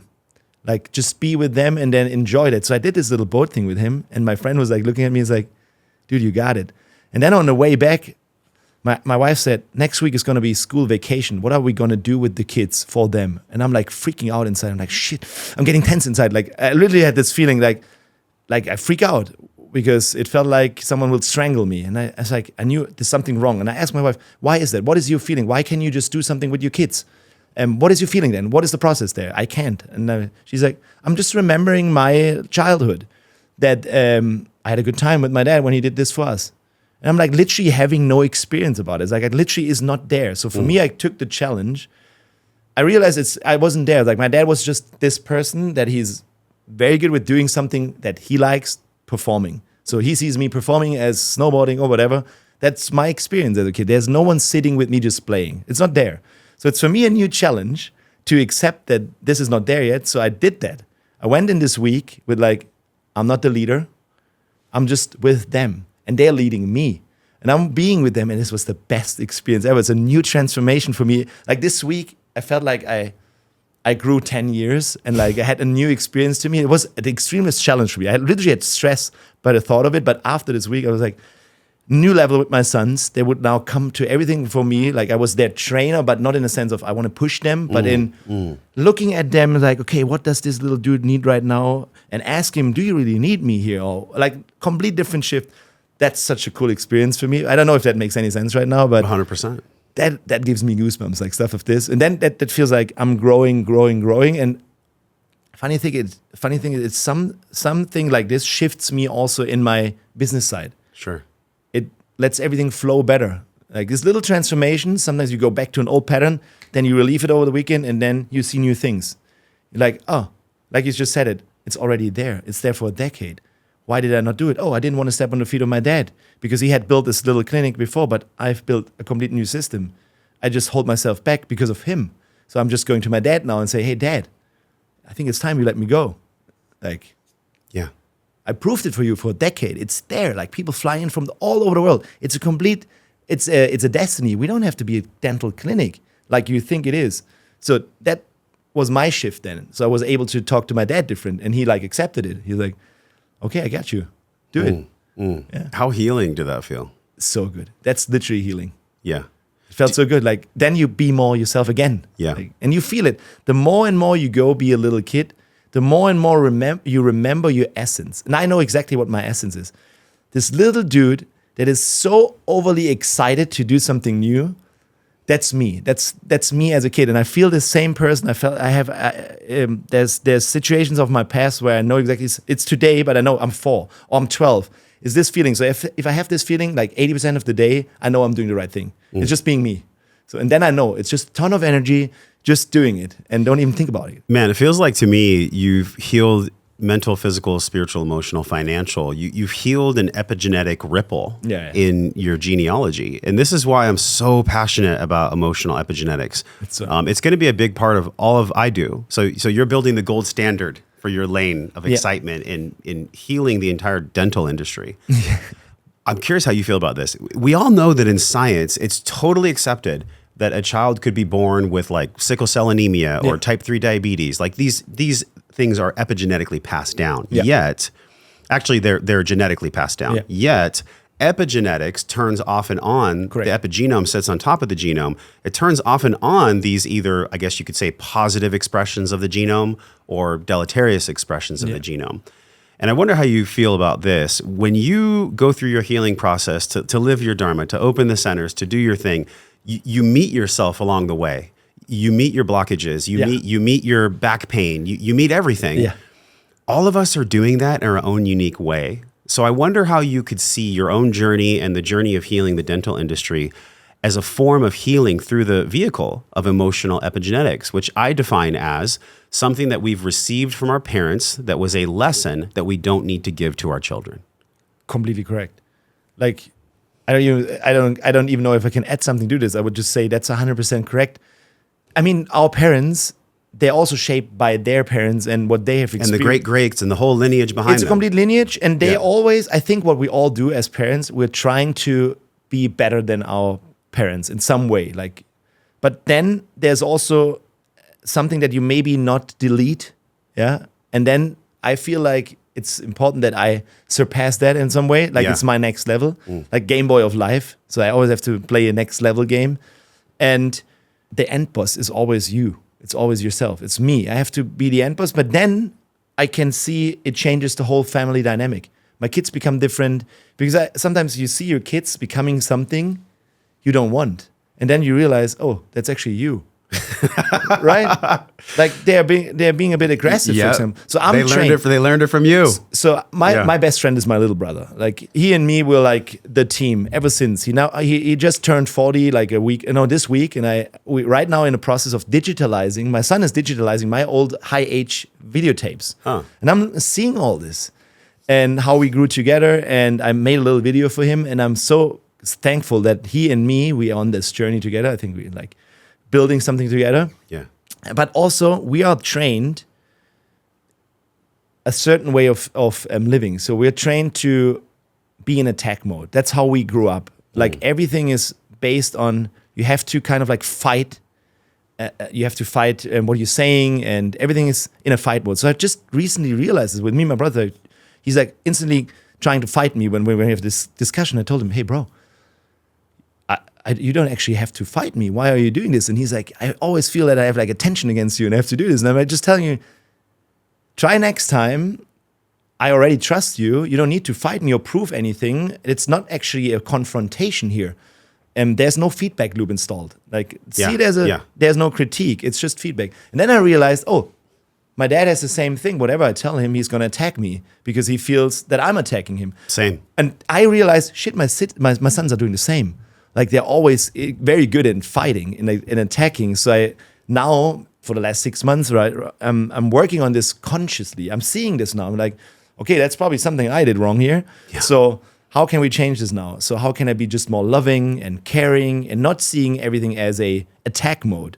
And realizing this is a new software program I'm installing. I have an old one. I just realized, it's going to be deleted. And if you see it, it is deleted in this moment, and then you just see it everywhere. And it then stresses you a little bit, but okay, you just have to be now a new guide and change it. Like, don't take it personal and see it as just feedback. I'm very good at when it comes to things like, I'm never taking anything personal. I'm very good at this. Wait, hold up. You never take anything personal? Only maybe when it comes to like very, very close people. So you would ask my complete team. I was going to say, you might be floating at nirvana. The rest of us sometimes take things personally. Ask my complete team in the clinic. Everyone, no one ever has seen me like aggressive or any. I'm always calm there. The only one who can trigger me is my wife or my kids. So that's when I can take something personal. Yeah. But usually I'm literally like very rational and just having a good feedback loop for the rational things to do. But also this one can come across quite robotic, or it's just something I've learned. If you take stuff too personal, it will always lead to issues when you build something. If you see that this way and you teach this to your sons, the book, maybe there's a good book about it. It's what is it? Ruiz, his name. The 4 Agreements. The 4 Agreements. One of the agreements is actually don't take anything personal. That's right. Toltec wisdom. Yeah. Don't take anything personal. That's a big thing that I'm just realizing that I'm good at, but realize that most people are not. So that's for me a new thing, that most people are taking things personal. Yes. So when I ask in the staff, like literally ask people like, why did this not work this way? So I ask this, you have a staff of 20 nurses, or it's usually women. And you ask, why did this not happen the way it is? I'm just asking exactly this. But the woman maybe understands, he criticizes me right now because it didn't work the way. I did something wrong. Exactly. And I was just literally asking, why did it not work right? Because I want to optimize the process in between. Yeah. So that all these experiences and like thinking about this helps with your kids again. Like, that's right. And if you teach this to them, then you also install yourself a little bit more things and you realize it more. And this makes everything less friction because, you know what I mean? I just had a aha moment that I want to share. It's so amazing. I'm so grateful that we get to do what we do. I know it comes with a responsibility. There's a sacred responsibility. And I do my best to not approach it with any ego. Sometimes I falter, right? Where I'm like, oh my God, this is so fun. Look how cool my life is. But I'm always coming back to this one place, whether it's you completely revolutionizing the entire dental industry, or whether it's our friend Sean Wells, who's going so deep into giving people this transformation through supplementation, or even our friend Chris, who's teaching people about the physical body and muscle and being strong. Like, we're all doing our own gift in our own lane. But you know what, man? All of our lanes are leading people to wholeness. Yes. To authentic expression of who they are. So they can be connected to that little boy or little girl inside and be an adult at the same time. Do you feel this? Yeah, I feel this and I get goosebumps then, like you could see now. Because exactly that's it. And that's why we said it at the beginning. That's why I don't like people always competing. We should all co-elevate because all of us bring something special to the table. I'm learning a lot from you. You're learning a lot from me. And if we are open-minded to this and not being this little ego person that already knows everything, just approach everything like Bruce Lee would do it, like with an empty cup. Like, be water, my friend, style. That's also what I teach my boys. Just be water, my friend. Listen. And then you see more and more and more. Just wake up every single day. Approach it as a new day, like a little curious kid. That's what I do. So, and I think then there is no competition. It's just co-elevation, and we can make our bubble huge and literally transform. And this comes back to be this little, to be that little kid that just plays. This is the spirit, right? This is the information. So to get this broadcast into your body, you have a body, right? You need to have a clean body, the way you came out of your mom. Yes. Ideal, out of your womb. What do you say? Out of the womb. Sure. That's the way. And obviously, if you have toxins installed, or let's say the dental repair, you're just not connected the way you could, because this is distracting. And an autism is like the most disconnected person. It's just one opening, and sometimes this opening is extremely representative, so they can maybe draw amazing pictures. Yeah.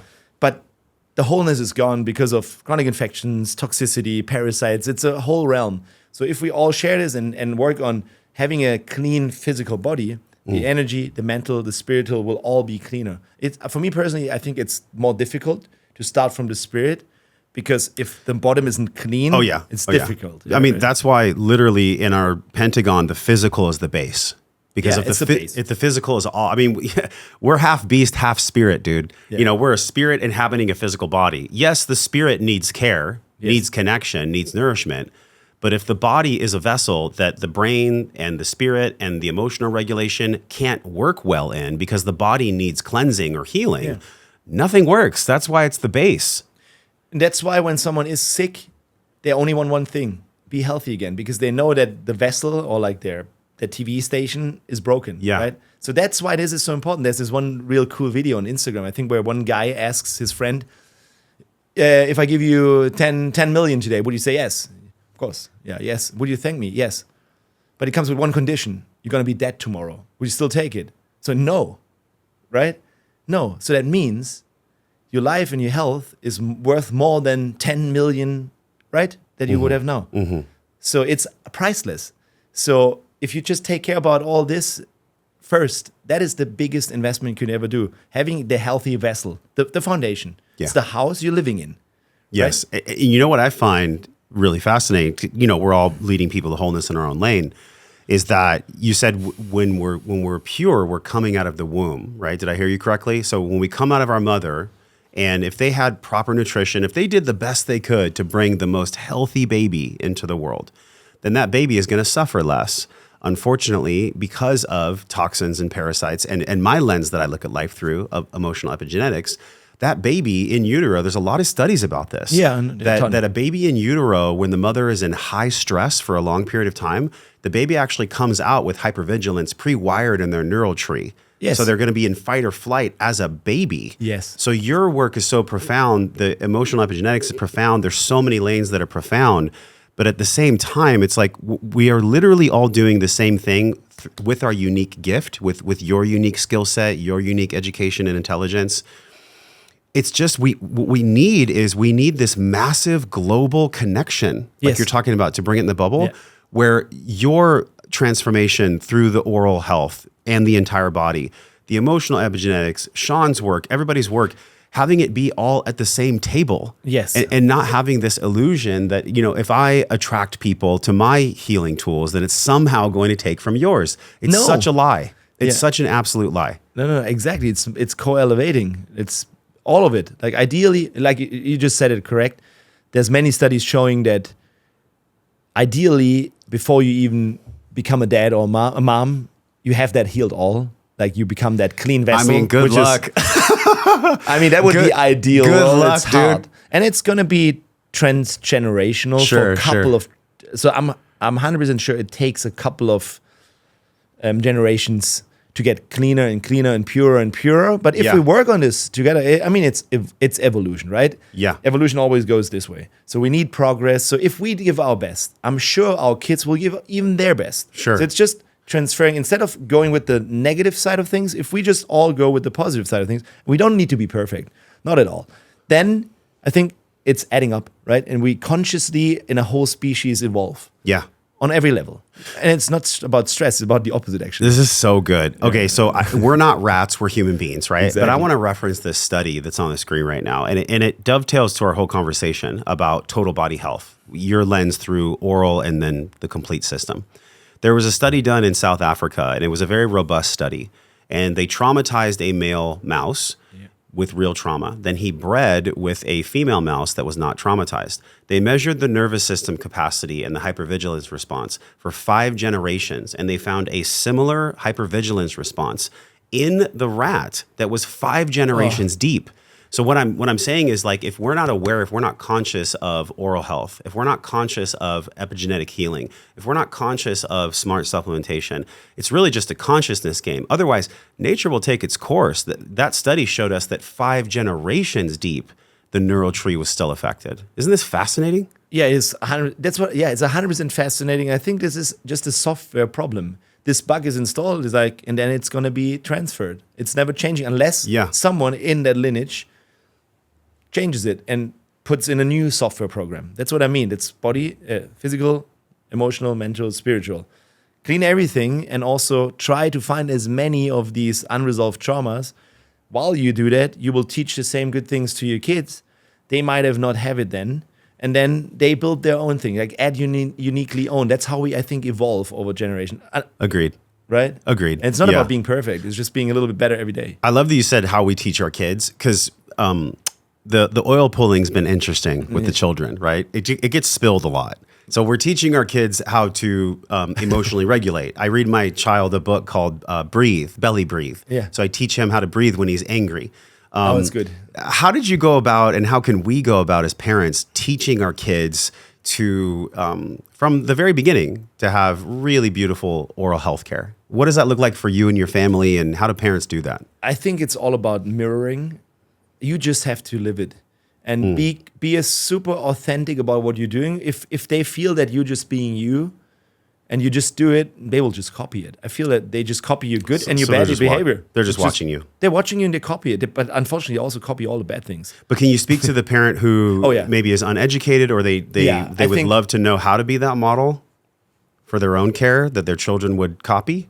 Yeah, I think just live by example, practice what you preach. But yeah, so when it's just about oral health, obviously you show them how you brush your teeth and don't stress about it. It needs to come in a playful way. And the first 2 years, it's not going to be playful because they just don't want to be brushing their teeth. It's like they just like eat the toothpaste. Yeah, they eat the toothpaste. They don't even brush. They don't brush. They eat the toothpaste. They're like little cats and dogs. They have no conscience about this. They don't know why you're going to do this. And it's not going to be, you can't change this. Yeah. Just in this case, just let it happen. Try it a little bit. And even if they just eat the toothpaste, but if you talk about eating toothpaste, then definitely find a clean toothpaste. You don't want to have them eat the normal conventional toothpaste. That's actually detrimental to your health. What's a clean toothpaste for kids and for adults? Like I cannot give you any brand names here because I don't know in America. Okay. Like I've designed one for Europe, and it's basically what you would look for is something that you would eat. Like we have a coconut oil based toothpaste. It should have active ingredients. So instead of fluoride, you do hydroxyapatite. We use xylitol as a very good antimicrobial in there. It should contain just active ingredients. We do lactoferrin in it. We have a probiotic in there. We have a patented version that is kind of like a supplement. It's for kids and adults. It brushes perfectly, but it also balances your complete oral microbiome and gives you certain nutrients. So it's actually designed to not being spit out. You leave it in your mouth. Are you going to bring that to the US? Yes. When? Yes. Hopefully, it's going to be by July, August this year. Oh, sweet. Yeah. I'd love to try that with my family. I'll send you one for sure. So we just had it brought out in Germany, in Europe to test, and I only ordered a 6-month supply, and it was gone by 3 weeks. Wow. So I know it's going to be important. Okay. And it's actually quite difficult to get it to America or to find someone, but I think we now have one.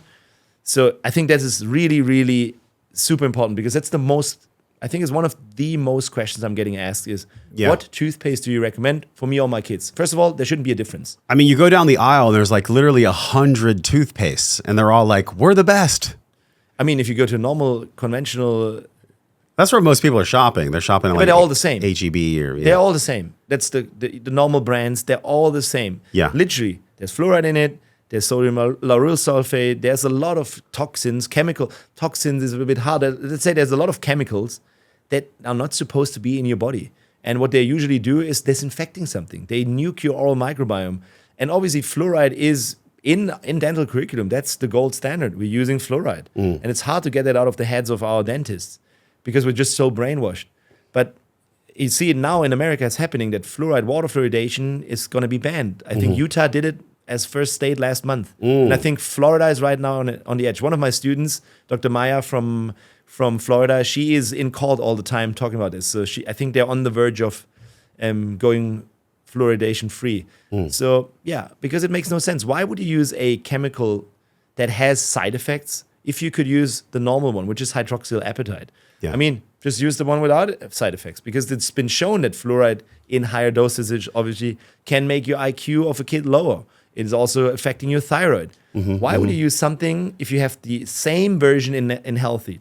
I think that's a no-brainer to use something more clean. But I think what we have in the aisle is like the big companies never change a running system. Why would they? I mean, it works. It's right? bringing in cash. Just let the machine run. Exactly. But this is the unconscious capitalism that I've spoken about so many times. Like capitalism at this point is the best we have, Yeah, right? definitely. We don't have anything better yet, right? Yeah, I say yet because here we are. But if we can be conscious about it, then we can start pulling in these ingredients that you have this mastery of. The xylitol one is interesting for me because we were chatting before I hit record and you said it can actually be sourced from a tree. So it's still nature, the xylitol, yes? Yeah, xylitol is actually birch sugar.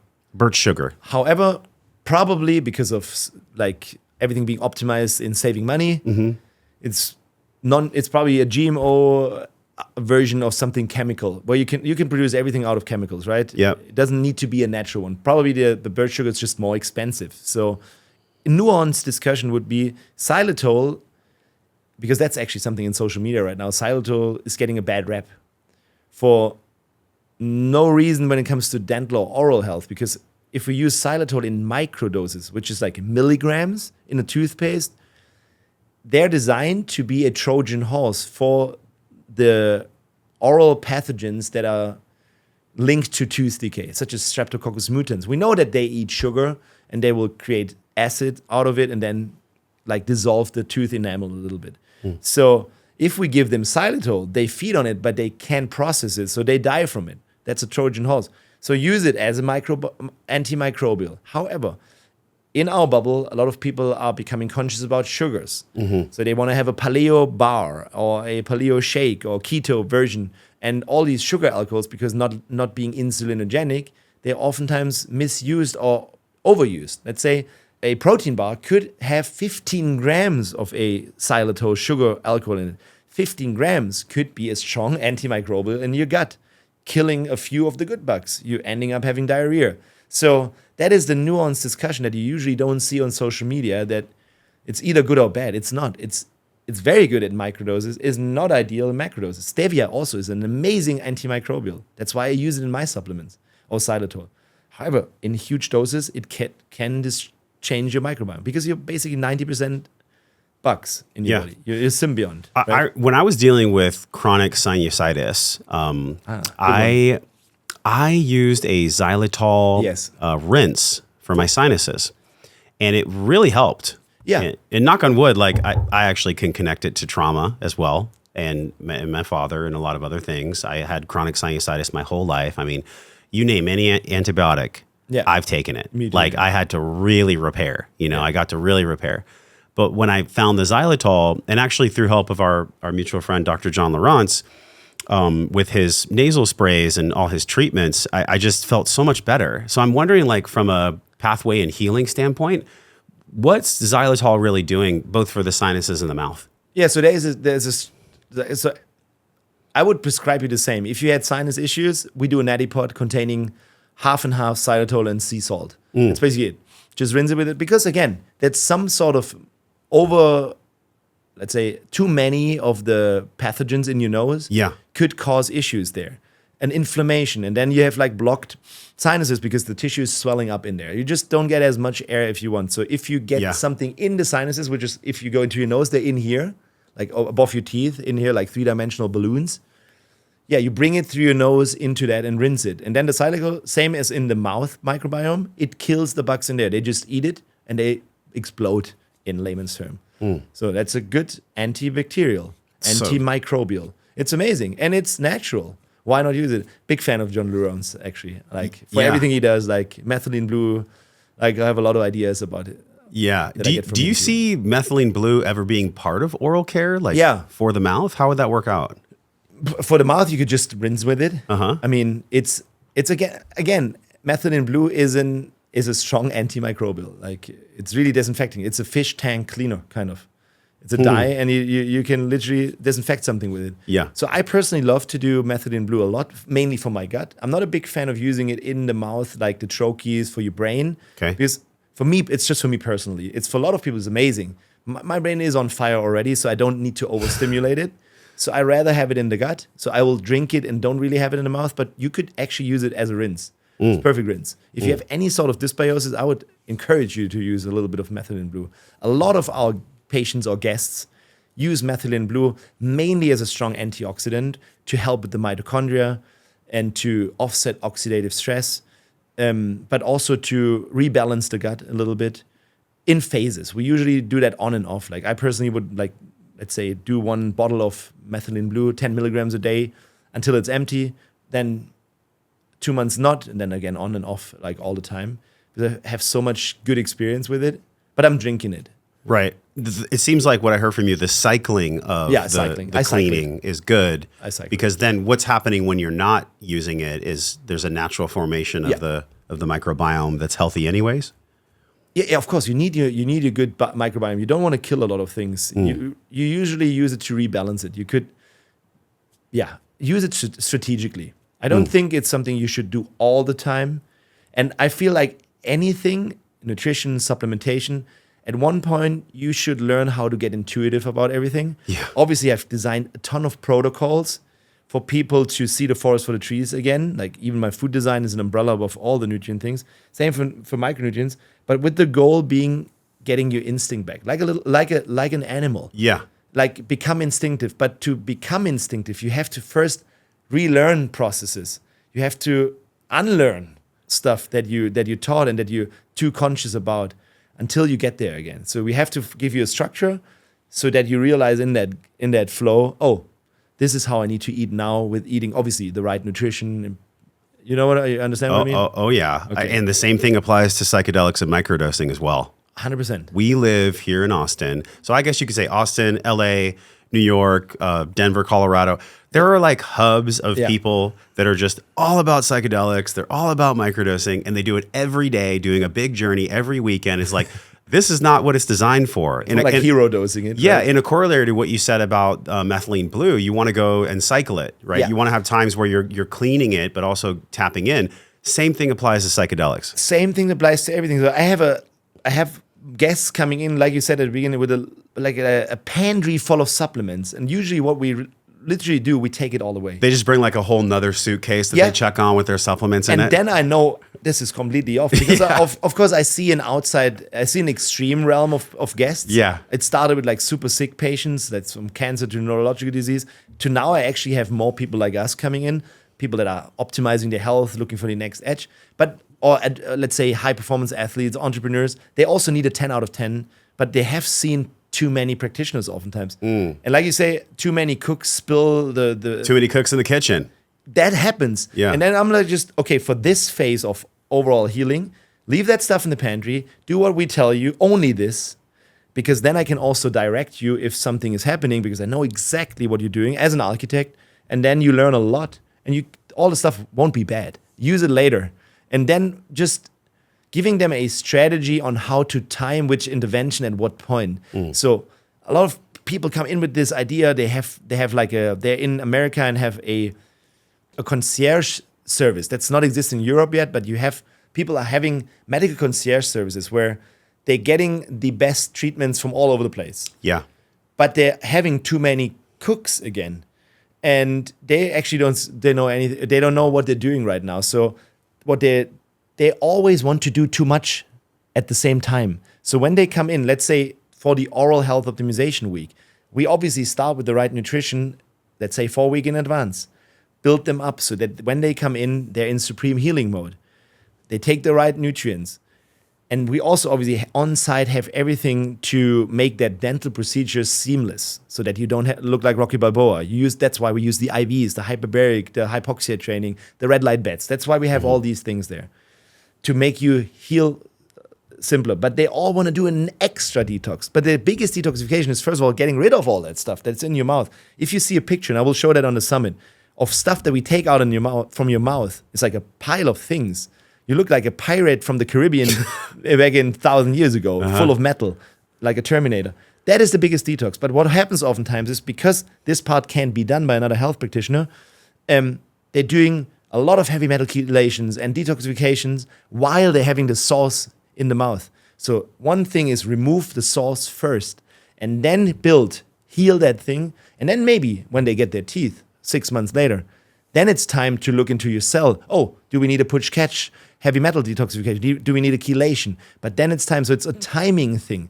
If you do too much at one time, you probably shoot yourself in the foot. You need someone guiding you on your path to optimal health. So that's what we do. It's kind of like a train station. You come in from various different angles, and we created one line and then give you the exact way on how to go to this goal. And I'm not saying that we do it all, but let's say the 80% approach. That's why it's a complete health center. The blueprint of what I'm imagining should be the gold standard. And bringing this now to the world. I trust that it will. I mean, if somebody's not inspired about oral health in this podcast, I don't know wherever else they're going to be stoked. Yeah. You know, it's funny. I like the metaphors we're describing today. If all you're holding is a hammer, then everything looks like a nail. True. And I look at healing as that, because whether it's someone in psychedelics or even maybe unconscious dentistry or medicine or even acupuncture, acupressure, if a practitioner or if a healer only holds one tool in their hand, then they're just going to treat every patient, every customer, every guest as a hammer and a nail. Yeah. And they're well-meaning people. I'm not here to shame anyone. No. Like they're devoting their life to this, but I really love how you have this whole complete lens. Because then you can look at someone and be like, okay, well, maybe a hammer and a nail is good right now. Yeah. Maybe they actually just need some sandpaper. You know, like having that approach, that it's almost like a 50,000 foot view of someone instead of just a 5 foot view. That seems to be the secret sauce. The blueprint. That's what I say, the blueprint, the architect. Exactly. We don't want to shame anyone, but yes, if you only have a hammer and a nail, I couldn't have said it better. Like, that's it. You have to have a ton of tools in your kit, and use them all, so that then you see, for this individual, we need this right now, and only this. And then obviously you stay open-minded, and every day you learn something new. So I'm learning all the time, and if I implement it on myself, that's why I'm teaching this to my dentists too. We practice what we preach. Real bees, be real. You have to live it by example. They have to change their nutrition. They have to start working out. We kick their asses until they're also practicing it, because only then I think you'll be able to guide. If I'm a dentist, having a ton of root canals in my mouth and metals, I'm not going to help you with that, because I just have not experienced that level. Yeah. But also, obviously, I'm missing a lot of things too, and I'm never saying I'm perfect or anything. I'm just open-minded, and I'm extremely curious in learning new things every single day. Like, new thing that I like to try. I try it first for me, see what happens. Very structured when it comes to this, precise surgeon probably. Like, really figuring out how it works, implement it if it's good, or even sometimes I throw off things that I tried for a long time and think, okay, that tool is not too good. Yeah. don't need it anymore. Yeah. There's better things. Yeah. That's the Don't be stuck. No, that's the mark of a good carpenter. You have a really big tool bag, and then you just use the ones that work, and you find you can have a better tool. So then what's something that you're trying on right now? Again, this is not medical advice. What's something that you're trying on right now that you're in the process of testing that's exciting you a little bit? You mean for the clinic or for me? No, just for yourself, for your health, for your health, for the clinic, for life. For my health, it's actually, I'm always trying like using as little as possible.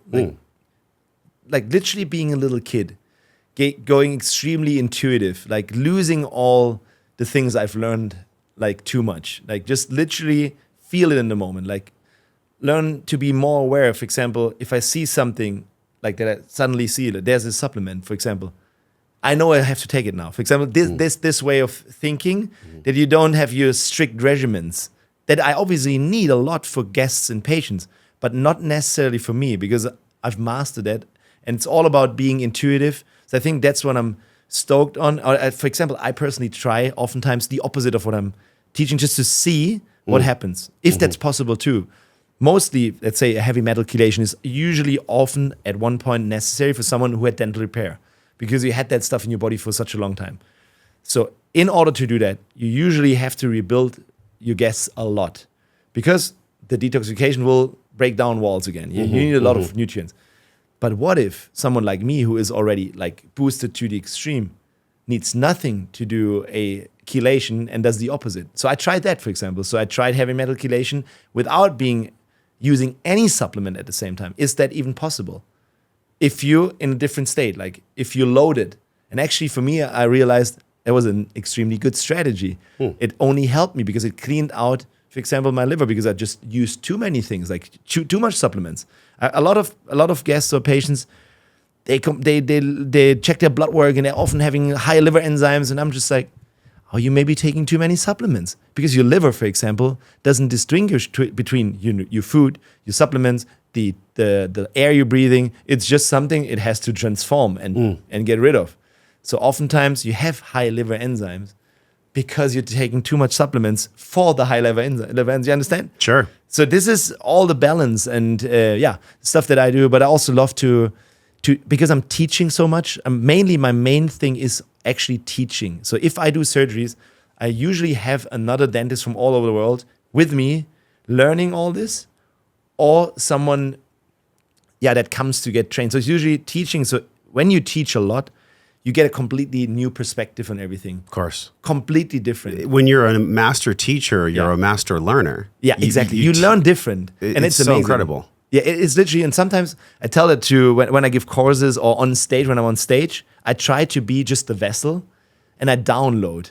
I have a flow in my mind of what I'm probably have to say, but I often, when it's filmed, I listen to it again and I'm like, that was an amazing idea that just went through. Sure. So I always told my students to like write down what I'm saying, what's not on the slides. That's the good news stuff. Like that's the stuff that's coming in. So seeing yourself actually like as just a filter for everything that comes through, that is also I'm excited about. All right, last curious question.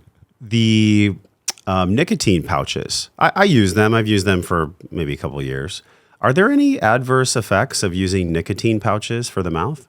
I think it's again a question of nuance and dose.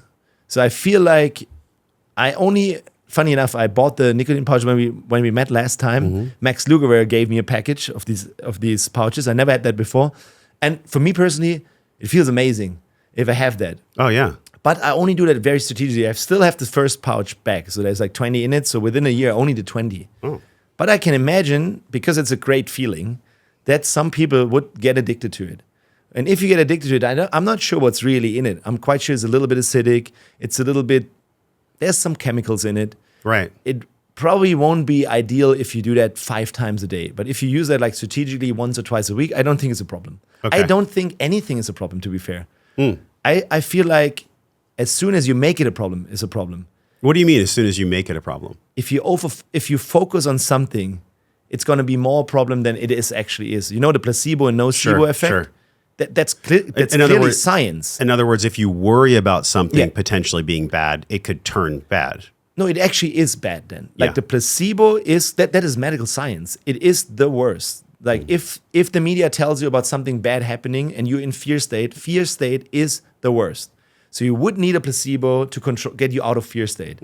So it's all just information, basically. Everything is information. So if you believe it's going to be bad for you, it's going to be bad for you. If you believe it's going to be good for you, it's going to be good for you. So the idea is obviously you should be intuitive about your body. And there is things your body just literally don't tolerate. Maybe you're allergic to a couple of things, just find out of them. But most of the things, if you strategically use them, I think if you use, like you with your... For podcasting is when I usually do it. Yeah, no, but also with the psychedelics. I think if you use them like once a month or like once a half a year in a controlled environment, they're probably a strategic good idea. Absolutely. However, I'm not sure if it's a good idea to do that every day. Absolutely not. Yeah, no.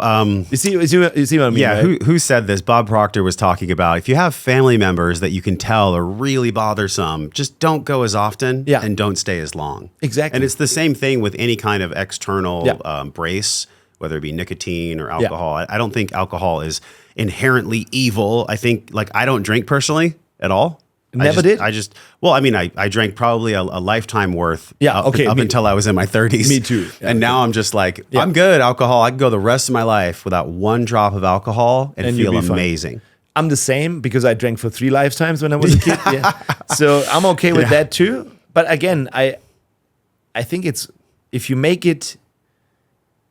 people being afraid of alcohol and then they do it, I think it's going to be worse. Sure. Than just smashing it and have a good time. Right. Once. Yeah. Of course, it wasn't smart for me starting with 14 and drinking like 10 years straight, 5 times a week. Probably not the best idea. Yeah. However, I didn't think back then that it would be bad. I was just doing it and had fun. Sure. So if I would have thought every single day, oh God, I'm doing something bad for my health here, I probably would be sick. Yeah. Like literally probably very sick. Because there's all the science is there. If you believe you have the cancer, you're going to beat the cancer. That's right. Prostate, there's a great prostate study that we know that when you're 70, 80 years old, you have some sort of prostate cancer. But these people die with prostate cancer, not from it. Yeah? So there's this PSA guy. You know the PSA? PSA, that's the marker for, it's a tumor PSA, marker. PSA. Yeah. So the guy who invented it is an American dude. I forgot the name. He pulled back from it at least a decade ago because he said, oh no, I didn't know that. That's going to be like a huge economical boost for treating symptoms. That's what he said. Because that wasn't his idea. Because obviously, if you look for something, you're going to find it. But is that really the problem? Imagine you live in Sicily and you maybe have like a tumor somewhere, but there's no hospital looking for it. You're going to be 80. You die with it. So if you focus on something being bad, it's going to be bad. If you search for something, you're going to find it. So if you search for health, and I think that's what we're all here for, you're going to find health. If you're afraid and you search for something you're afraid of, you're going to find that one. Like that's just what's happening because your reality is your perception. Your brain can't distinguish between real life and in your mind. You can literally train skateboarding in your head, the tricks. You just replay them all the time. You're going to be able to do that still. Well, let's just mic drop it right there. What an exceptional podcast, man. I love the flow we're in today. I love your ability to connect all these what seem to be siloed subjects. Oh, yeah. And really bring them to one lens. So tell people where they can connect with you. What's your Instagram? Where do they go? Thanks. I like the silo thing. We shouldn't be a silo. No, we're island. Not silos. We should, all these little islands, we should be one big. Really what we are illusionary silos connected by an emotional mycelium. Yeah, exactly. That's really what we are. That's a good one. Where you can find me, Instagram is easy. It's just Dr. Dom1, DOME1, and you find it everything there. Or Dr. Dome Official would be the website.com. Amazing. Man, thank you for being my guest. Round 2. This was great. Round 2. Thanks for having me so again. Enjoyed Josh. it. Y'all, please share this podcast with somebody who's suffering with things they don't even know they don't know that are in their mouth. Please share this with them because that's why we're doing what we're doing here. We are combining this mental, physical, emotional, spiritual, financial into a lens where you can see life differently. And before we see you again, maybe on round 3 next year, we are both wishing you love, wellness, but most importantly, peace and power. You cannot have power unless it comes from peace. We'll talk with you soon.